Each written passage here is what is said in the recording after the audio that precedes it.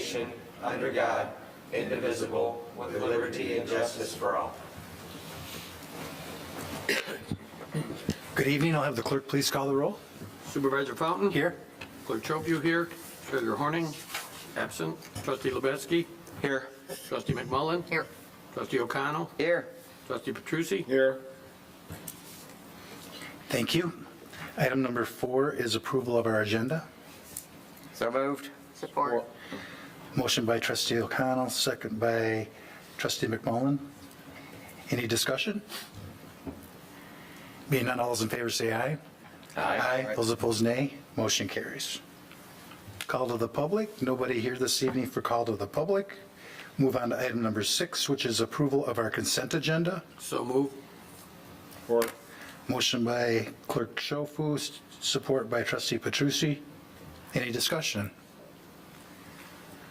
Being none, all those in favor say aye. Aye. Those opposed, nay. Motion carries. Pending in new business, we have 2 items this evening. One is 2025 filter media replacement project phase 1. That's for the water tower. And number 2 is 2025 chloride purchase. So, Mike, is it going to be to you or Scott this evening? The filter project here, we'll let Director Habel take. Okay. Scott, you have the floor. Thank you, guys. This is a project we've been trying to get together here over the past few years. This is going to be the phase 1 of this project. They expect it to be a 2-phase project. Late February, we sent the bid packet out for this project with Spalding to Decker. We came back with 2 bids, and we had 4 or 5 different companies actually made site visits to the water plant during this process just to see what they were going to have to work with. And we did only receive 2 bids, but the low bidder came favorable from our water plant guys. These guys are out of Flint, this Platinum Mechanical, and they've done this type of project before, so we were pretty confident and happy that they came in at this cost. This is going to involve the filters and the media inside of those filters. We have two large sand filters that treat the water. This is going to involve some valve replacement, this first phase that we're discussing, and also the replacement of the sand, the media inside of those filters. Pardon me. So the second phase will get into more specifics involving automated controls, things of that nature, but this is really a huge step to helping our drinking water be more favorable, be more consistent. It's been a long time coming. I think the lifespan on these was 20 years approximately, and we're over that right now. So there is a contingency in this. We have a 10% on the project, this phase 1 as a whole, but there's also a built-in contingency to this bid packet. Where they get into these filters, they might find mechanical parts that they're unaware of because we can't really x-ray vision into them, if that makes sense. So once they get into these filters one at a time, there might be issues with the mechanical sides of the inside. So the engineer did put in, I believe it was about a $200,000 contingency in the case that they find bigger problems in there that they can't see at this point in time. So. Would that be the case as you've got the new product ready to go in, you can't use it until the part is fixed? You can't go back? Correct. So that's why that's such a big contingency. Yeah, and now they did pull a sample. They have hatches on them, and they were able to pull a sand sample just to see what kind of condition it was in, which they expected not good, which it wasn't. But they didn't see anything there that was a red flag to them to make them think that mechanical wise. But again, until they really get in there and take out all the old sand, they won't know for sure. So When you get into these, there's screens and things in them that have separate different levels of sand, and where the water actually penetrates these screens through the sand. They also are used for collection of iron and things like that. As you get into these with any filter project anywhere, you never know. You can tell the condition, as Director Habel said, of the media itself and the green sand in there, but you can't tell the condition of the screens and the makeup of the inside of the tank. should that need to be replaced, it's something that any one of these projects, I mean, and it's not cheap. They don't have a one-size-fits-all to go into it. They have to build them on site, so, yep. How soon after the first phase is done do you do the second phase? From what I've been told, Joe, their goal in a perfect world is to have this first phase done before June, early June. That's when our high flows pick back up, because they'll have to shut down the first filter, replace that while the other one's still in service, and then flip-flop. So most likely, it's probably going to be waiting till next low flow season to start slowing things back down to where they can work on the next phase. Is there any problem with the wait? I mean, if you don't do the second phase right after you get it done, could the first phase cause a problem, more of a problem? I don't foresee that at all. Like I said, when this system was built, and we found this out through the planning, they didn't build this system to isolate each one of these vessels properly. That's why a lot of this pre-work's done with valves before they even tear into these two filters, so they can isolate each one. Right now, we can only isolate one filter vessel. So when I say valves, these are big valves. These are to isolate main lines so we can separate those. When we get into that next phase, that's going to be more of the SCADA system that you've probably heard about, the automated valves, and it's going to help with the backwashing that they do to these. And that's going to help control that, make that more efficient as well in that second phase. But I don't see an issue with the phasing that SDA's proposed. And as you said, the two filters themselves with, as Director Habel mentioned, taking one offline, doing the media replacement, then flipping and doing the other media replacement, that single filter with new media will be able to keep up with our flow while we're doing the other one. And the next portion, as he said, is valving. It's not anything to do with the filters themselves. So it should be a pretty The smooth. second phase is that, you have any idea what the cost is on that? I don't at this point, Joe, but I know that they were very, almost shocked at what this quote came in for this phase. They were very happy with this. So I don't foresee that second phase topping what we've already had budgeted for the entire project. What was that? I believe it was 1.32. 1.32. We anticipated this phase to be about $1 million. Yep. This was the more expensive one of the two, as I recall.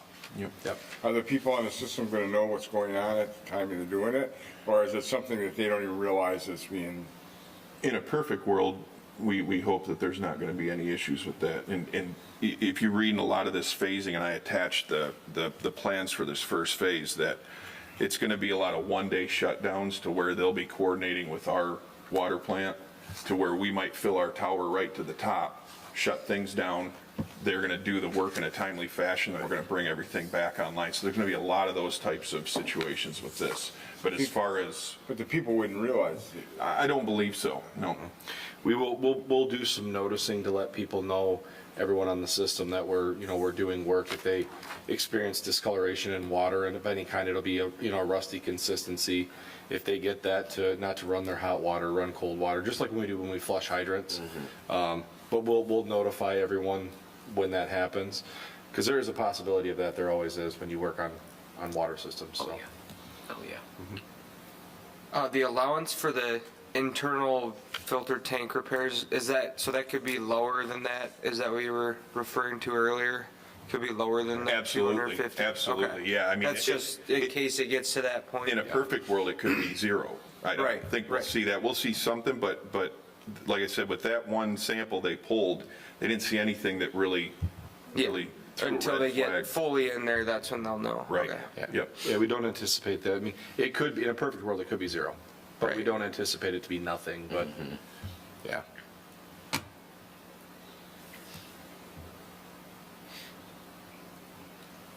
Other questions? I move to approve the contract for the filter media replacement project phase 1 to Platinum Mechanical Inc. for the amount not to exceed $696,396. Support. Motion by trustee O'Connell, support by trustee Petrucci. Any other discussion? Being none, all those in favor say aye. Aye. Those opposed, nay. Motion carries. Thank you. And item number 7B, 2025 chloride purchase. Thank you Supervisor Fountain. This is our annual re-upping for our chloride treatments, a joint purchase with the Livingston County Road Commission. Again, this year Chloride Solutions, who we've used for many years, they actually held their cost this year, so we won't be paying any extra for this treatment. They've held their cost, like we talked about here in the description, that we do take 86.6 from the general fund and 24,500 from the road millage fund. It's a 75-25 split.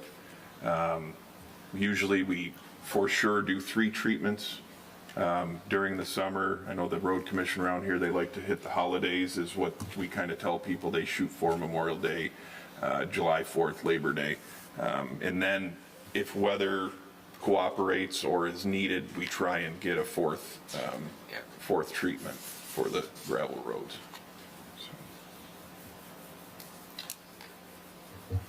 Thank you. Any questions? Entertain a motion. I'll move to authorize the Public Works Director to act on behalf of the township to facilitate the purchase and application of roadway chloride with the forthcoming contract from Chloride Solutions in an amount not to exceed $111,100. Support. Motion by Clerk Schofield, support by Trustee Lubeski. Any other discussion? All those in favor say aye. Aye. Those opposed, nay. Motion carries. Thank you. Supervisor Fountain? Yes. If I may, I just want to add really quick to this. Just for everyone's knowledge, the reason this is a forthcoming contract is because every year this is a third party, along with, as Director Habel said, in conglomeration with the county. We sign it, it goes to Chloride Solutions, it goes back to the county signs it, then the contract actually comes back to us. So it's just a goofy way of doing it. This is just us authorizing us to sign that contract. So just so everyone's aware. Thank you. Board reports this evening. We start with Clerk Schofield. I have no report. Trustee O'Connell. No report. Trustee Lubeski. No report. Trustee McMullen. No report. Trustee Petrucci. I'd just like to remind everybody out there to get photographs in of their loved ones and friends that they are supporting through the memorial that we're putting up, the Veterans Memorial. The deadline's going to be next Wednesday. After next Wednesday, I can't guarantee it'll be on the video we're going to do. Tony, the cable operator, is going to do the video for us and help us with that. Call him Tony, the cable guy. But anyway, he's going to help us with that. So it should turn out pretty nice. And again, next Wednesday will be the deadline to get those photographs in. I'm going to be meeting with the veterans on Monday, so I should be getting some from them as well. So let's see what happens. That's all I have. Thank you. Just briefly, Mike Luce and myself met this afternoon with Chuck Hughes from Heartland Consolidated Schools and Cheryl Stockwell Academy, Sheriff Murphy and Under Sheriff Pless to talk about our sheriff's contract, which I believe ends at the end of this year. Correct. Yep. We wanted to get ahead of the game to see if there's any concerns, and it was a nice short 15-minute meeting, and everybody's on board. So I believe Mike's going to be bringing that for our approval. Yep. And the prices, it goes through the end of 2028. Correct. So it would go through the end of our term, and we're trying to tie some of these long contracts through the end of our term, so if a new board comes in, they can reconsider. And it seems to be working out quite well. Did I miss anything, Mike? Nope. Pretty much straightforward. Yep. That's all I have this evening. If there's nothing else, we'll take a brief recess, and we'll go into our manager's report. And that's the only thing we have this evening on information and discussion. So we'll take a brief recess.